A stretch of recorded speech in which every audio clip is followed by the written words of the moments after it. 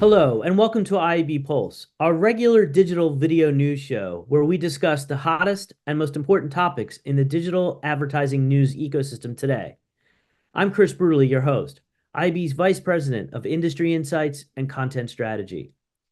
Today, we will be discussing the value and effect of supporting digital news through advertising.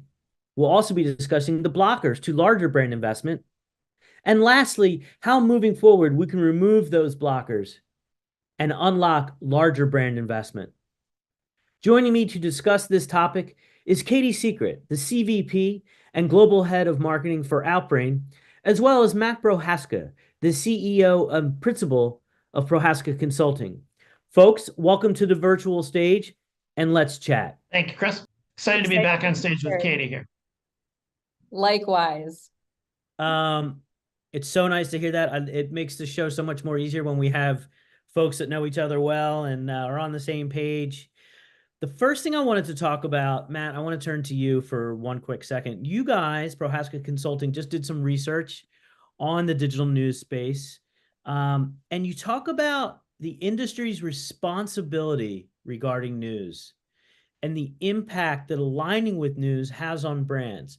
So I was wondering if you could comment on that and share some of the insights that you folks found. Yeah, thanks, Chris.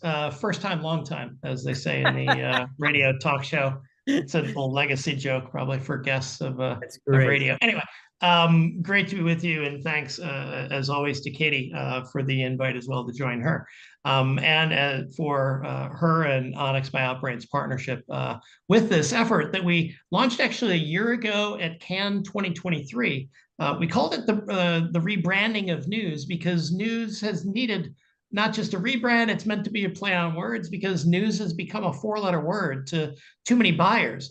So we did original research with huge thanks and support and wouldn't have happened without the folks at Outbrain and several other great underwriting partners. But we found a few important things that I think some of us knew. We had some hypotheses going in, but it was very enlightening to not just see it in actual numbers, but then take that initiative on the road after a great kickoff event that we had at CES this past year. But most importantly, it was going buyer by buyer, agency by agency, marketer by marketer, to do our effort and our best to change hearts and minds of behavior, which we have been successful at.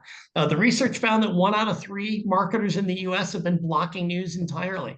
That number either shocks people if they're not in the trenches and making those decisions, or if you're a news publishing CRO and on the team, that may actually feel a little light in terms of how little is left then and available for news publishers, real news publishers, to fight over. We also found that, unfortunately in our industry, as we're probably aware, people say a lot of nice things on stage. They send out nice press releases. And then when it comes down to actual behavior and changing things like spending patterns or behavior in buying certain things or not buying certain things, it takes a little more than a press release to get people to actually take action, because you're talking about people's careers and habits and how they have been incentivized to view success for, in many cases, over 25 years. But we also found that our brand safety tech friends, unfortunately, have been hurting a little more than they're helping by providing, unfortunately, incentives that create a desire to have their products be used as more of a sledgehammer versus a scalpel. And unfortunately, the two main groups that get thrown out as the babies with the bathwater on that are DEI and news publishers. So, we fortunately have been successful in reshaping people's opinion and actually changing behavior to start to slow down the decline that we know is at least 8 years in the making here. And then we've got a couple other initiatives that we're launching in Q4 to move that money over more directly and to, again, start to get an increase back, especially at a pretty critical time in this country. Yeah, we did some similar research a couple of years ago, and then we revisited it earlier this year. What we found is that nearly 9 in 10 consumers don't let news negatively affect brand perception. So it doesn't hurt the consumers and all. And actually, what we found, it drives a 17% lift in their perception of a particular brand if they run alongside news. And even on top of that, we found that quality news is more likely to drive positive brand perception by 29% more. So we have all that going on, and those are some pretty amazing facts, but there's still some kind of blockers happening, which I'm going to get to in a moment. But I want to turn to Katie, and this really intrigued me because Katie, Outbrain has made a concerted effort to support news publishers. You supported this research. I know that you're working with your news partners, your news publisher partners. As a news publishing veteran, I really love that and applaud you folks for that. So can you explain, why you're doing that and talk about what that might involve or what that does involve? Absolutely. Well, firstly, thank you for having me. And likewise, Matt, super excited to get to chat with you again so many times this year. First thing I think is important to highlight is that Outbrain has been a champion of news publishers and independent journalism since its founding. One little known fact about Outbrain currently is that it was originally created as a publisher technology. So that environment that you see at the bottom of articles on publishers like CNN and other marquee names was really created to help publishers solve critical problems like audience engagement, audience development, recirculation.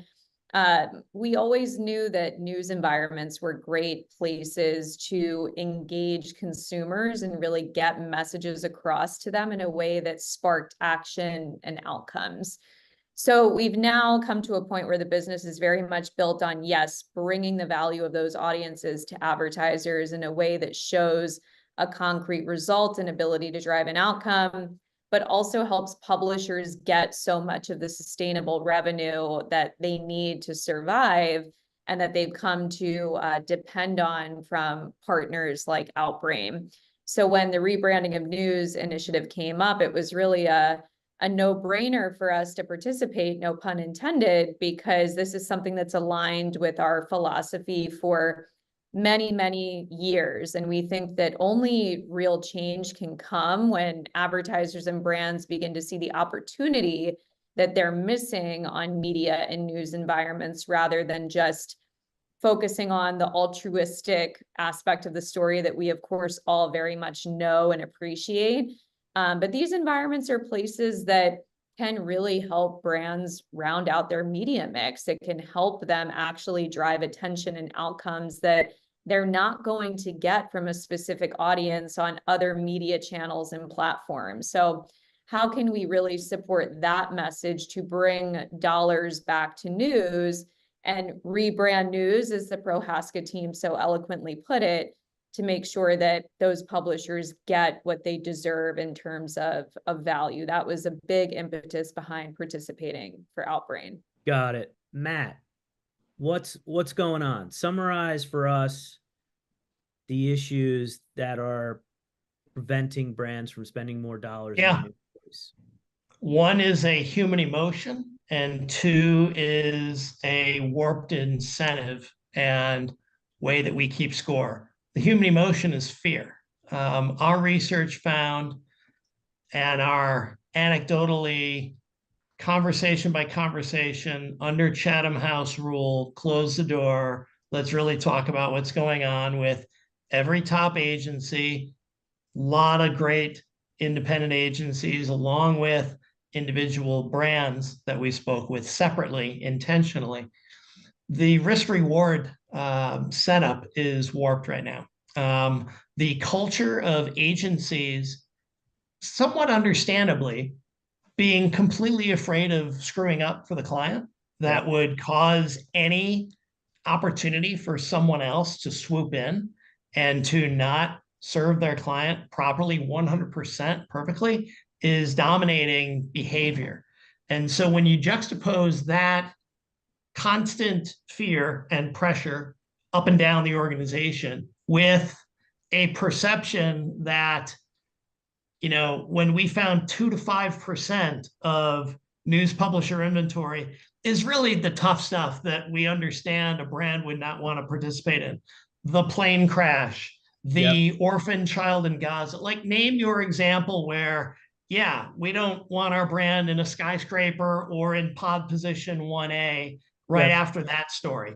That's about 2 to 5% of the reality. And so 95% is getting thrown out. But that fear of that being in that 2 to 5% area and getting sent to the principal's office and getting fired and losing the business is creating a huge, can I find the largest box to check so that I can completely never worry about this? Meanwhile, we're still mostly spending $2 out of $3 in places where there are a lot of videos and a lot of social that we can come up with thousands of examples a day that there are brand safety, realistic concerns that are just unfortunately a disconnect and not aligned as an equivalent. And so you've got that one challenge. You have another challenge based on performance. As you know, Chris, and as the IAB showed, all of your great research from 2020 and most recently this year that was around the halo effect of the consumer around news, our work around the B2B aspect with Outbrain and others to be able to show reasons why buying is happening or not happening. It doesn't matter if the incentives are still last click, last touch attribution.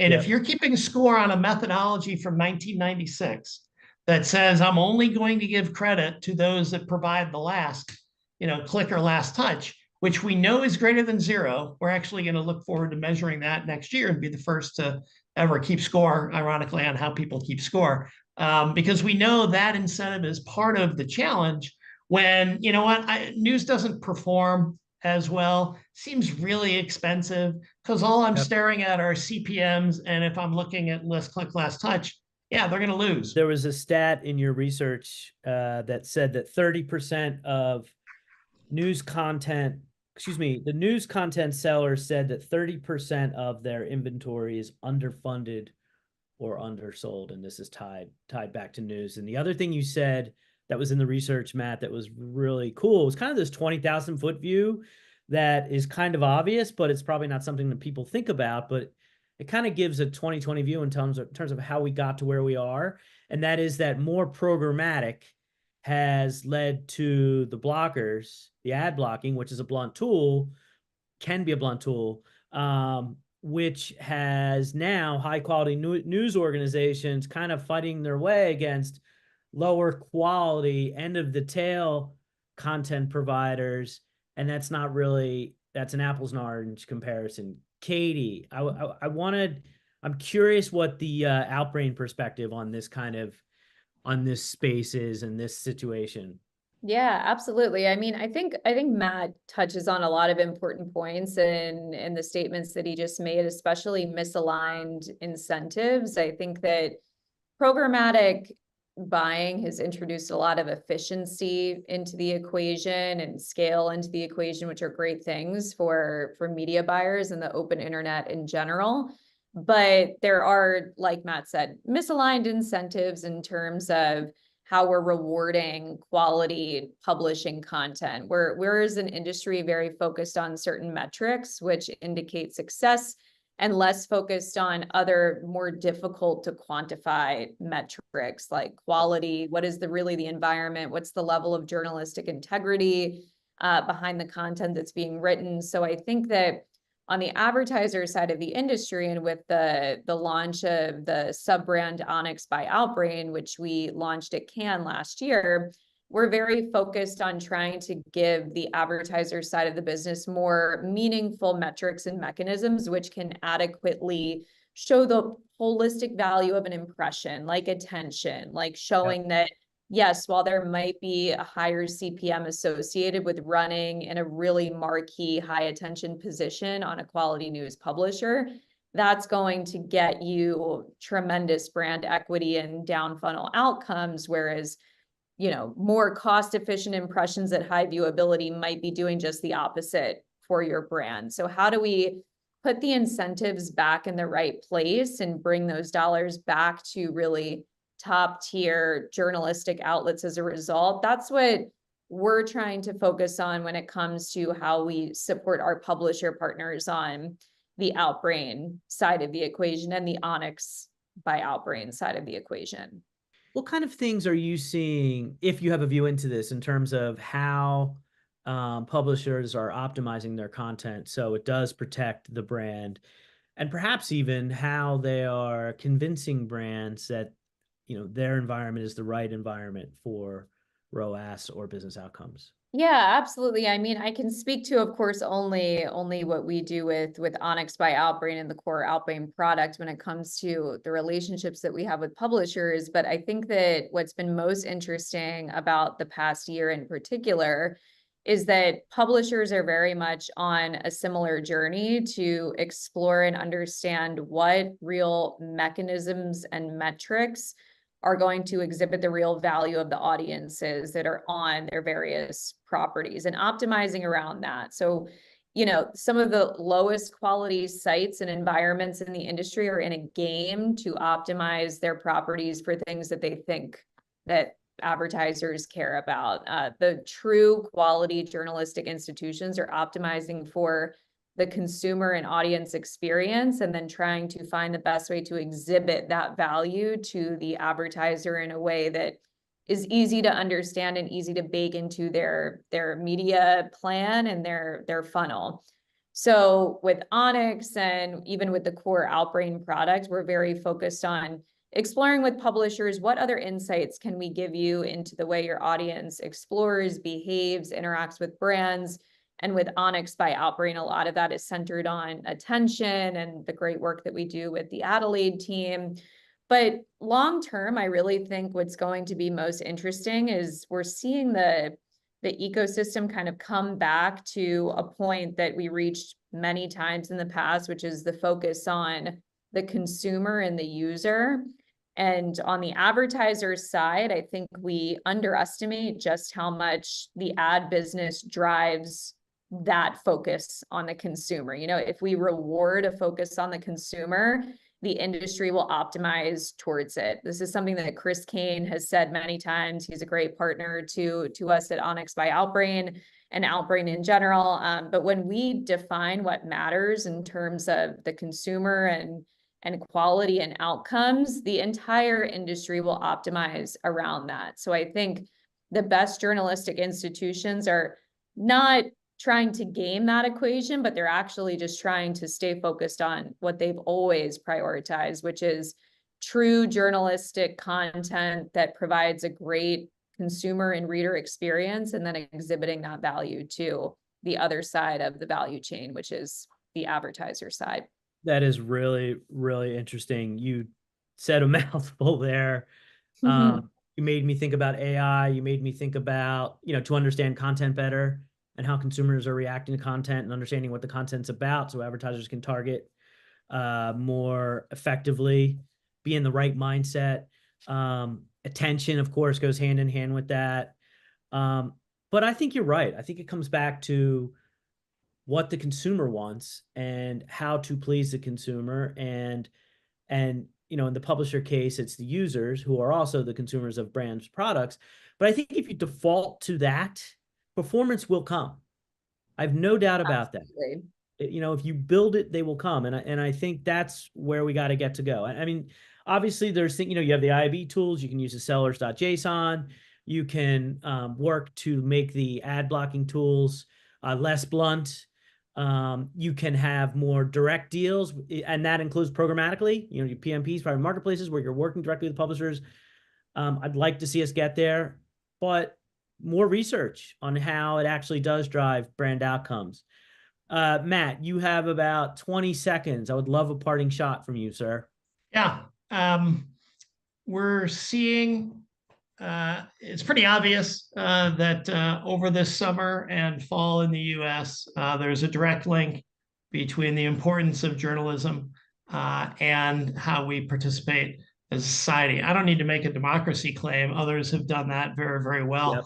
Yep. What we need to do is make an argument that people can do their jobs confidently and more successfully if they include a different method of keeping score. So imagine instead of a US football touchdown being worth 6, it's worth 2, and a safety is worth 6 instead. That would change how you play the game. So imagine if we change last click, last touch measurement and replace it with several different options. That would change everyone's mindset in terms of how we court advertisers, how we keep score and give credit to everyone. And I think we'd have a much more fair and balanced ecosystem, which should have a strong publishing ecosystem. And, again, reward the two groups that are most important in all this, marketers and consumers. Guys, that was excellent. I really want to thank you, Katie and Matt, for being here today with IAB. This is something that I hope as an industry we can overcome, because obviously news is incredibly important to our democracy. I want to say thank you also to anyone or any brands or who support news, any research companies or doing any research that can help support news. I very much applaud you, and I am behind you 100%. I don't want to leave my audience, and thank you for coming today. This has been an IAB Pulse, and particularly an IAB Pulse Let's Chat. We will see you soon. Thank you.